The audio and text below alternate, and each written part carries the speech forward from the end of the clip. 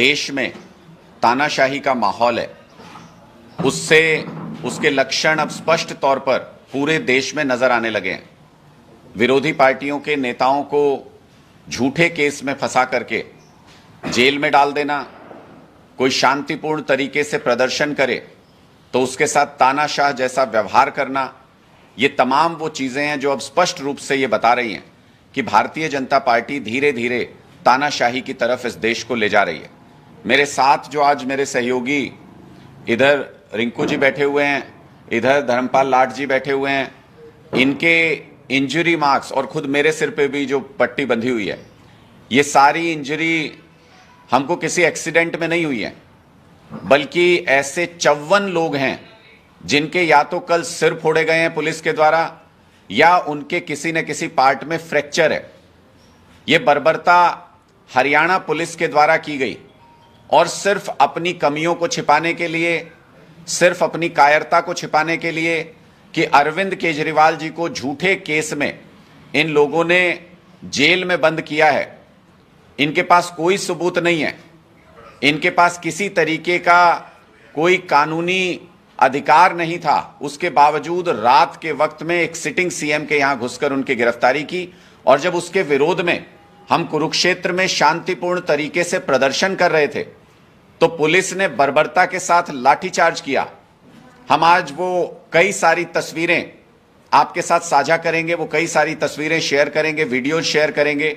जो साफ तौर पर दिखाता है कि एक साजिश के तहत पुलिस ने निशाना बना करके, टारगेट करके लीडर्स के ऊपर हमला किया, कार्यकर्ताओं के ऊपर हमला किया। इसके पीछे पुलिस की मंशा प्रोटेस्ट को रोकने की या प्रोटेस्टर्स को कंट्रोल करने की बिल्कुल नहीं थी। घायल अवस्था में जब सड़क पर कार्यकर्ता पड़े हुए थे, जब मैं खुद उस घायल अवस्था में सड़क पर मौजूद था, कार्यकर्ताओं ने मुझे किसी तरह घेर करके बचाया है। पुलिस ने घेरा बना करके चारों तरफ से लाठीचार्ज करके सिर के ऊपर निशाने लिए। मुझे एक पल के लिए ऐसा लगा जैसे हरियाणा पुलिस लीडर्स की हत्या करना चाहती है, आम आदमी पार्टी के नेताओं की हत्या करना चाहती है, और बीच बचाव में बहुत सारे कार्यकर्ताओं के ऊपर लाठी से हमला हरियाणा पुलिस ने किया। कई सारे ऐसे तथ्य मौजूद हैं जो स्पष्ट इशारा करते हैं कि पुलिस भारतीय जनता पार्टी के इशारे पर आम आदमी पार्टी के कार्यकर्ताओं के साथ बर्बरतापूर्ण व्यवहार कर रही थी। मैं ये पूछना चाहता हूं, जब हरियाणा में चुनाव आचार संहिता लागू है, कहा जाता है कि जब चुनाव आचार संहिता लागू होती है तो सर्वे सर्वा चुनाव आयोग होता है, कोई किसी की सरकार नहीं होती, किसी सरकार के पास उस वक्त अधिकार नहीं होते, पूरा एडमिनिस्ट्रेटिव कंट्रोल चुनाव आयोग के पास होता है। ऐसे समय में एक पॉलिटिकल पार्टी के इशारे पर हरियाणा पुलिस ने जिस तरीके से बर्बरतापूर्ण हमला किया आम आदमी पार्टी के कार्यकर्ताओं और नेताओं पर, जिस तरीके से टारगेट करके हमारे नेताओं के ऊपर इस तरीके से हमला किया कि उनकी हत्या का प्रयास किया गया, इसके लिए क्या चुनाव आयोग जवाबदेह है या इसके लिए हरियाणा की भारतीय जनता पार्टी की सरकार जवाबदेह है? हम चुनाव आयोग के पास भी ये रिप्रेजेंटेशन देंगे कि क्या चुनाव आयोग की निगरानी में इस तरीके की बर्बरता लोकतंत्र के अंदर की जा सकती है? किस प्रकार का खतरा पुलिस को नजर आ रहा था कि लोगों के सिरों के ऊपर उनको लाठियां चलानी पड़ी, किस प्रकार का खतरा नजर आ रहा था। और मैंने तो बाद में मुझे कुछ पुलिस वाले साथी कहते हुए नजर आए कि हमारे डीएसपी साहब को भी चोट लग गई है। तो हमने पता किया, हमने वीडियो फुटेज खंगाला, ये पुलिस की आपसी लड़ाई, पुलिस के मुलाजिमों की आपसी लड़ाई में उनको चोट लगी है। वीडियो में स्पष्ट तौर पे नजर आ रहा है कि कैसे वाटर कैनन जब पुलिस के कुछ कर्मचारियों की तरफ हो गया तो डीएसपी साहब ने किस तरीके से भद्दी गालियां देकर के जो वाटर कैनन को कंट्रोल कर रहा था व्यक्ति, उसको मां बहन की गालियां देकर के उसको कहा कि इसको हटाओ यहां से। और उसी का बदला लेने के लिए जिस तरीके से डीएसपी साहब जब लाठीचार्ज कर रहे थे कार्यकर्ताओं के ऊपर बर्बरता से, तो वाटर कैनन से सीधे उनके ऊपर हमला किया गया और वो सीधे औंधे मुंह जाकर के सड़क पर गिर गए, जिसकी वजह से उनको चोट लगी। आम आदमी के पार्टी के कार्यकर्ताओं का उनकी चोट से कोई लेना देना नहीं है। ये स्पष्ट तौर पर हम ये सारे वीडियो फुटेज आपके सामने रिलीज करेंगे, जिससे ये पता चल सके कि कैसे घायल पड़े हुए कार्यकर्ताओं को, नेताओं को एम्बुलेंस प्रोवाइड कराने की बजाय उन पर पहले वाटर कैनन से प्रहार किया गया और फिर पुलिस ने बाकायदा घेरा बना करके, ताकि वो वहां से निकल भी ना सके, चारों तरफ से घेर करके पहले से घायल कार्यकर्ताओं और नेताओं के ऊपर बर्बरतापूर्ण हमला किया। यह स्पष्ट दिखाता है कि नए नए मुख्यमंत्री बने नायब सैनी जी को प्रसन्न करने के लिए पुलिस के अधिकारी कल इस तरीके से बर्बरतापूर्ण कार्रवाई कर रहे थे। हमारे कुल 54 साथियों को या तो उनके सिर फूटे हैं या फिर उनको कहीं ना कहीं शरीर में फ्रैक्चर है। 41 लोगों ने सिविल हॉस्पिटल में अपना इलाज कराया और कई साथियों ने प्राइवेट हॉस्पिटल्स में भी अपना इलाज कराया। हमने इस बात को मद्देनजर रखते हुए कि ये एक सोची समझी साजिश के तहत हमला किया गया था, हमने एमएलआर भी कटवाई है बहुत सारे साथियों की। ये सारी एमएलआर ये स्पष्ट रूप से बताती हैं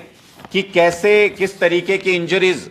गर्दन से ऊपर, चेहरे पर और सिर के ऊपर प्रहार करके पुलिस ने आम आदमी पार्टी के कार्यकर्ताओं और नेताओं पर किए हैं, जिसका सीधा मतलब ये कि ये किसी भी उस आवाज को खत्म कर देना चाहते हैं जो इनके खिलाफ उठती है। लोकतंत्र में इस तरीके के प्रावधान हैं कि शांतिपूर्ण प्रदर्शन करना लोगों का अधिकार है और उसको शांतिपूर्ण तरीके से, व्यवस्थित तरीके से करवाना ये पुलिस प्रशासन का काम है। कहीं पर भी कानून में यह अधिकार नहीं है पुलिस के पास कि वो शांतिपूर्ण प्रदर्शन के ऊपर लाठीचार्ज करे। घायल हुए कार्यकर्ताओं और नेताओं को मेडिकल सुविधा उपलब्ध कराने की बजाय उनको दोबारा से घेर करके उनके ऊपर हमला किया जाए। हम चुनाव आयोग से यह मांग करने जा रहे हैं कि आपके कंट्रोल में इस वक्त पूरा प्रशासन है और इस तरीके की एक साजिश को अंजाम दिया गया है। हम चुनाव आयोग से मांग करते हैं कि इस पूरे एपिसोड की जुडिशियल जांच की जाए कि भारतीय जनता पार्टी के किस नेता के इशारे पर और प्रदेश की सरकार के किस मंत्री या मुख्यमंत्री के इशारे पर पुलिस ने किसके आदेश पर इस तरह की बर्बरतापूर्ण कार्रवाई की और क्यों सिरों को निशाना बना करके लाठीचार्ज किया गया। दूसरी बात, जब पहले पहले पुलिस इस पूरे प्रोटेस्ट से डील कर रही थी तो उनके पास जो पुलिस के पास जो लाठियां होती हैं प्लास्टिक की, वो लाठियां उनके पास थी, उससे वो कंट्रोल कर रहे थे सिचुएशन को। लेकिन बाद में एक गाड़ी में भर करके अलग से कुछ लोग आए जो सिविल ड्रेस में थे और उनके हाथ में इस तरीके के लकड़ी के डंडे थे जो कि गुंडों के पास होते हैं। पुलिस इस तरीके के डंडे नहीं रखती है, ये गुंडों के पास इस तरीके के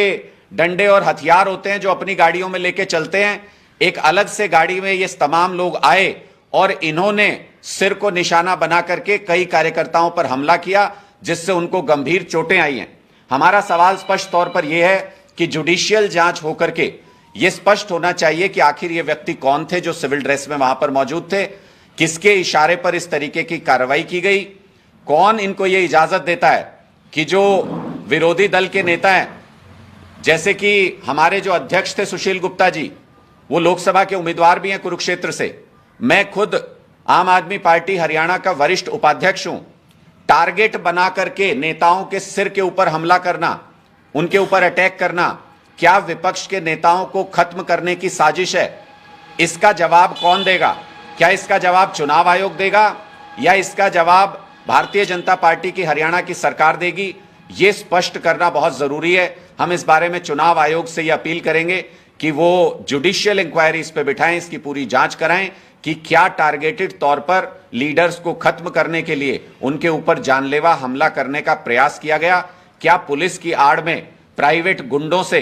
आम आदमी पार्टी के कार्यकर्ताओं और नेताओं पर हमला कराया गया? और कौन सा ऐसा प्रोटेस्ट आपने हाल फिलहाल में देखा है जिसमें एक ही प्रोटेस्ट में, जो कि बहुत विशाल कोई इस तरीके का प्रदर्शन नहीं था कि जिसमें कानून व्यवस्था की स्थिति बन जाती, फोर्स बड़ी संख्या में वहां पर मौजूद थी, ऐसे प्रदर्शन में 54 कार्यकर्ताओं के सिर फोड़ दिए जाएं, उनकी टांगें तोड़ दी जाएं, उनके हाथ तोड़ दिए जाएं, इस तरीके का कानून व्यवस्था को बनाने का कौन सा पुलिस मैनुअल के अंदर प्रावधान है? ये सारी चीजें हम चाहेंगे कि चुनाव आयोग एक जुडिशियल इंक्वायरी बिठा करके इन सारे मुद्दों के ऊपर स्थिति को स्पष्ट करे, वरना लोगों को यह लगेगा कि चुनाव आयोग सिर्फ डमी के तौर पर इस वक्त बैठाए गए हैं और भारतीय जनता पार्टी का चुनाव आचार संहिता लागू होने के बाद भी प्रशासन के ऊपर पूरा कंट्रोल है। प्रशासन और एजेंसियां भारतीय जनता पार्टी के इशारे पर काम कर रही हैं। हमारे नेताओं को, अरविंद केजरीवाल जी को गिरफ्तार किया, आज इनकम टैक्स की रेड हो रही है दिल्ली में, हमारे एक विधायक के यहां पर, ये सारी एजेंसियां इस वक्त चुनाव आचार संहिता के चलते इनकी रिपोर्टिंग चुनाव आयोग को होनी चाहिए, लेकिन ये इस देश का दुर्भाग्य है, हमारे लोकतंत्र के साथ खिलवाड़ है कि ये सारी एजेंसियां और पुलिस इस वक्त भी भारतीय जनता पार्टी के इशारे पर काम कर रही है, जो लोकतंत्र के लिए बहुत बड़ा खतरा है। हम ये सारे वीडियो प्रूफ और फोटो आज मीडिया के लिए रिलीज कर रहे हैं और चुनाव आयोग को भी उपलब्ध कराएंगे और जुडिशियल जांच की मांग करेंगे। बहुत बहुत शुक्रिया।